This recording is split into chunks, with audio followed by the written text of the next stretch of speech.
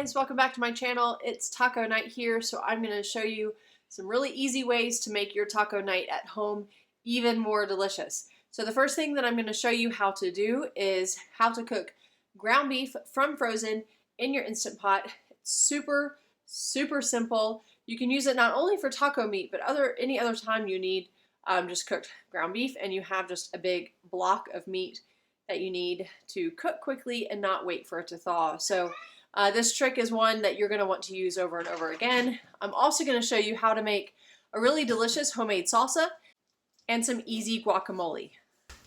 The last thing that I'm going to show you is how to fry homemade taco shells. Now, if you've never had home fried taco shell, the difference is huge and it's really not that hard to do. So we will never go back to the box taco shells again. We haven't had them in years. All you need are corn tortillas and a little bit of oil and then some type of heat safe pan. So I'm going to show you how to do that in just a bit. Let's go ahead and get started on the ground beef because that needs a little bit of time to cook. Okay, so I have a brick of ground beef here that is completely frozen. We just pulled it out. I'm going to be using my trivet to cook it in the Instant Pot, and I also have a cup of water. Just a minute, Jojo. So the first thing I'm going to do is just pour in the cup of water, set in my trivet, and then I'm just going to unwrap this beef and put it right on top of the trivet. And it's just going to cook just like that. Okay, so you can see I have a cup of water on the bottom, the trivet, and then just my frozen block of beef. And after it cooks, you will see that it didn't break up or anything like that, but that the grease fell down on the bottom. So it's a really good way to cook your ground beef and easily drain the grease. Okay, so I am using my Instant Pot Max. This is the newest Instant Pot, and it has this really nice touch screen. So I'm going to set it for 15 minutes on high pressure. You can see here it has 3 different pressure settings. Everything is touch screen on the front. So this means this little symbol right here that's blinking means that it will naturally release. So from frozen, 15 minutes on high pressure and a natural release. Okay, so that's going to take just a little while. So I'm just going to push that back and make room for my food processor. So this is my food processor. It's a Cuisinart. I think it's 14 cup. Highly recommend it. You can find links to Shop My Kitchen, all of my favorite appliances and recommended tools and knives and things like that down below in the video description. So I've got a package of cherry tomatoes from Costco. And I really like using cherry tomatoes for this salsa because it gives you a much chunkier salsa with less juice.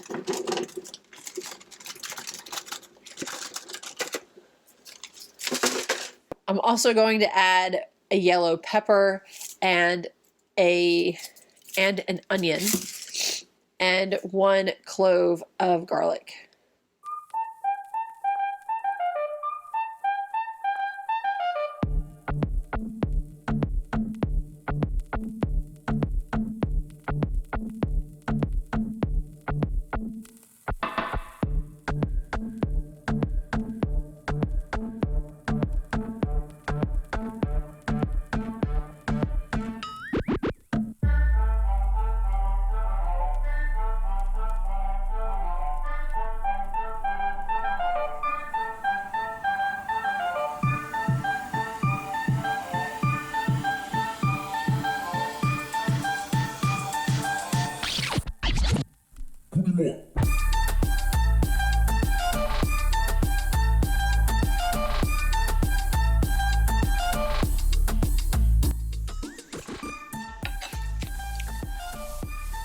Okay, so I'm going to finish off the salsa by adding 2 tablespoons of olive oil, 1 tablespoon of apple cider vinegar,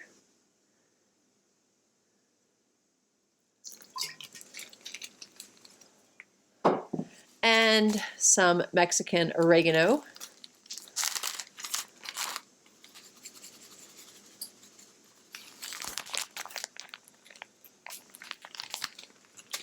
and then some freshly ground cumin. Of course, you could use already ground cumin, but I like to grind it fresh. I think it gives it a much better taste.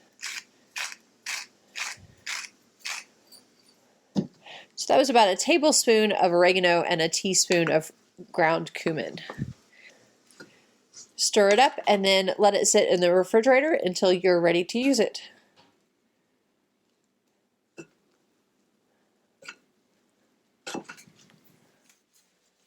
Okay, so to make homemade taco shells, I'm just going to use a small pan like this, some canola oil, and you want to use just enough so that you'll be able to get your taco shell underneath the oil. And I have some corn tortillas. So I really recommend using some metal tongs and a fork to form your taco shell and hold it in the oil. But first I need to let the oil heat up. So I'm going to heat that over medium heat until the oil is simmering. And if I drop a little drop of water in it, it's going to bubble up a lot.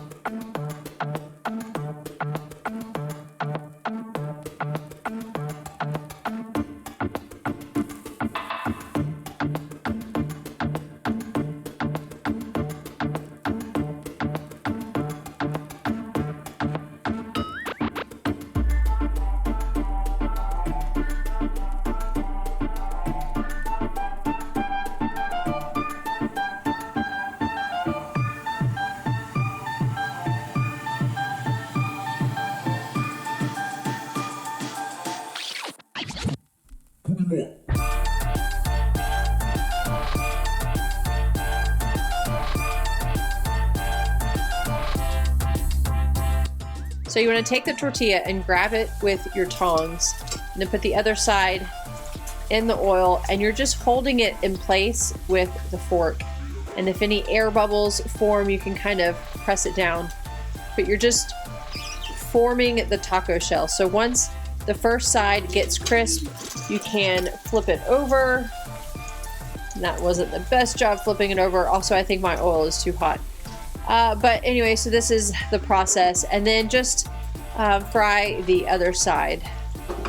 So if you notice your oil getting too hot, like that's too hot, just turn it down a little bit. If you let your oil sit too long in between taco shells, then it will get pretty hot.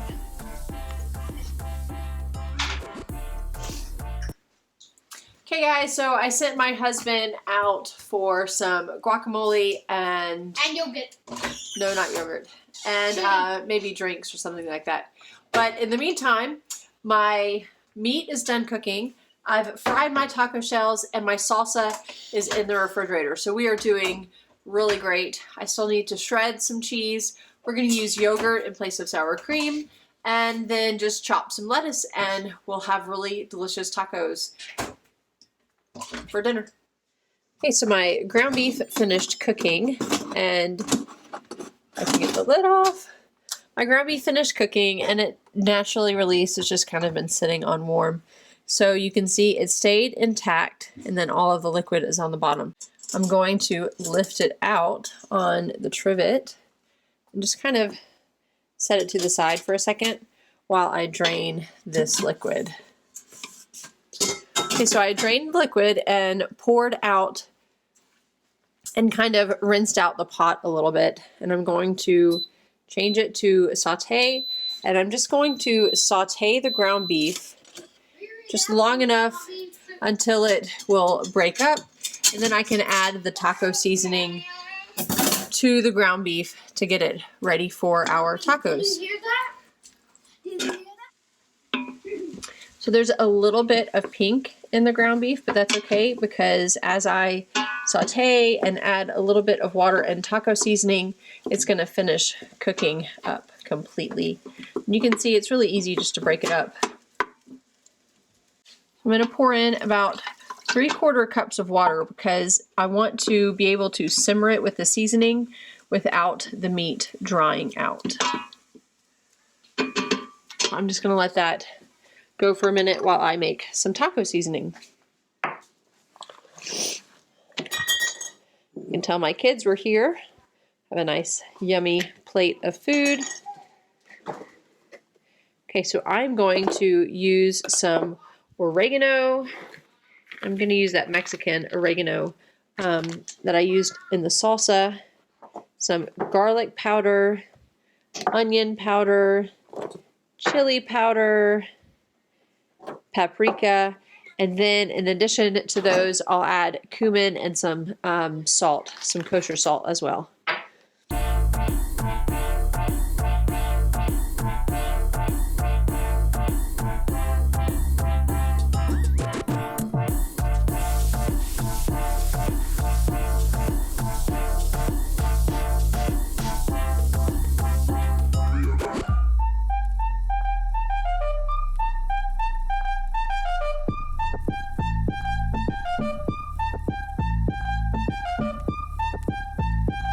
So I know it's super steamy, but you can see all of the ground beef is broken up.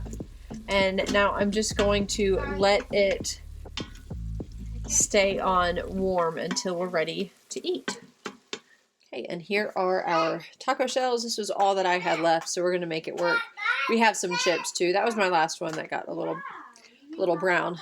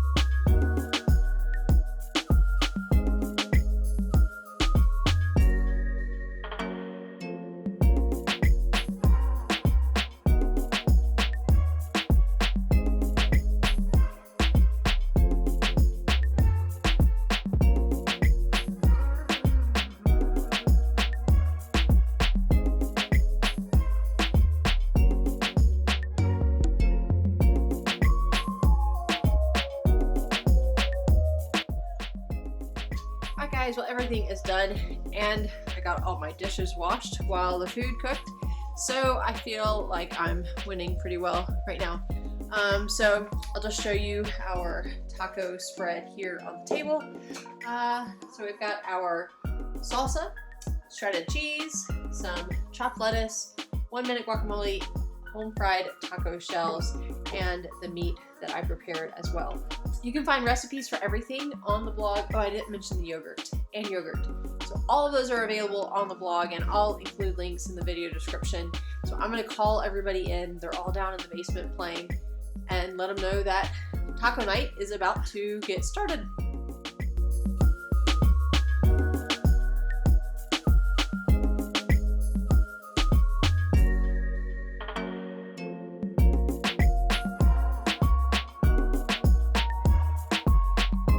Alright, everyone is coming up, which means it's getting crazy.